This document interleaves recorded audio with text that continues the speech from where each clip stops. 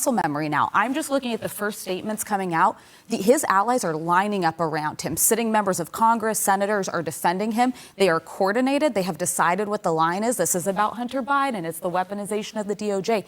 He was ready for this. That's a scary moment for our country. This is the third indictment of the former president, but the first for actions during his time as president. That in and of itself makes it a historic moment. What I think he is going to hate in reading this is that, frankly, his best legal defense is going to say, I was too foolish and ignorant to know that I lost the election. I did not understand our democratic process well enough to know that these schemes do not work, that I do not have the right to engage in what my lawyers are presenting. Frankly, pleading ignorance and stupidity is the best legal defense, and he's going to hate that. But one thing that I think rather than hold Trump culpable for his actions, Europeans, white Republicans would rather throw the blame or throw the focus towards Hunter Biden, who is not even an elected official. They would rather throw the focus somewhere else. This is how you know this democracy is in a very, very dangerous position. Is kind of remarkable about this moment, the third indictment, he's got muscle memory now. I'm just looking at the first statements coming out. His allies are lining up around him. Sitting members of Congress, senators are defending him. They are coordinated. They have decided what the line is. This is about Hunter Biden. It's the weaponization of the DOJ. He was ready for this. That's a scary moment for our country. This is the third indictment. It's the first time that a sitting president is attacking a political opponent on First Amendment grounds and basically making it criminal to state your position and to engage in political advocacy. I've got to give you a little time out on that one because, of we've course, never seen that before. Well, the indictment specifically says that the president has a First Amendment right to speech. Yes. He even has a First Amendment right to lie. It says it right here. Absolutely. This indictment is criminalizing conduct, not speech. No, it's criminalizing speech for this reason. What the president saw in the 2020 election was all these irregularities going on. Okay, affidavits, sworn testimony, examples of instances where the rules were changed in the middle of the game. He had every right to comment on that and act politically. In a criminal case, what they would have to show is all of that speech was not entitled to First Amendment protection. Well, we're not talking about They'll speech. never be able to do it.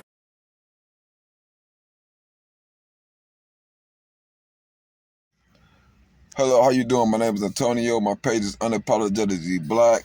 ADOS. Ask that you like and subscribe to the page. This is the thing about us. Lacking information allows you to be vulnerable to misinformation. On my page, I read out the entire Donald Trump third indictment in 6 parts. And throughout that indictment, you will see everything that they had presented or said or claimed to be an irregularity as far as the Trump camp said they had never had any evidence of. And the indictment clearly shows that all of his advisors and people in position to judge the election all told him there was no irregularities. So he is arguing he had a First Amendment right to lie to the people about the election.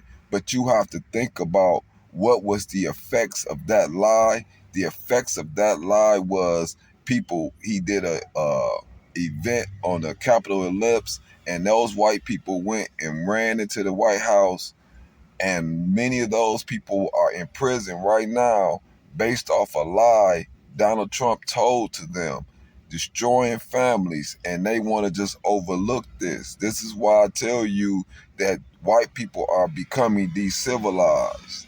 They're not even looking at the effects.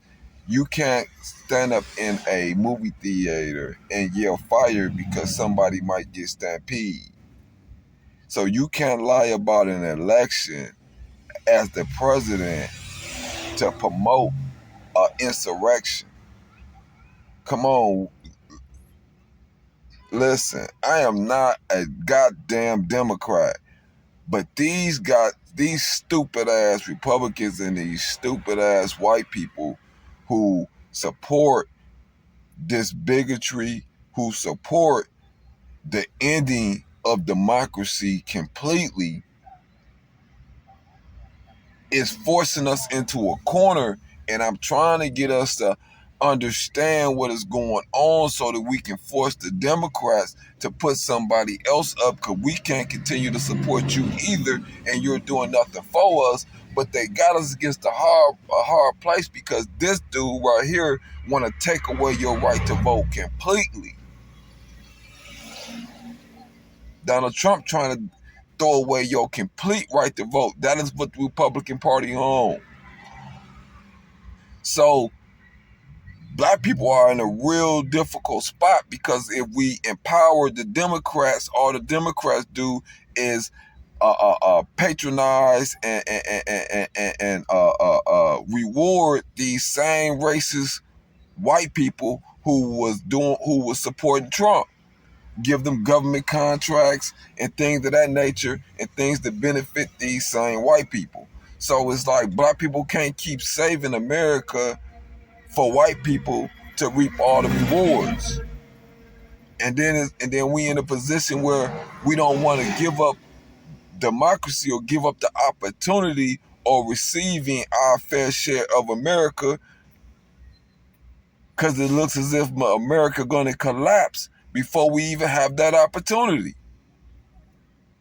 Because white people are so insecure about black people progress or black people numbers gaining and their numbers dwindling, that they are ready to give up democracy.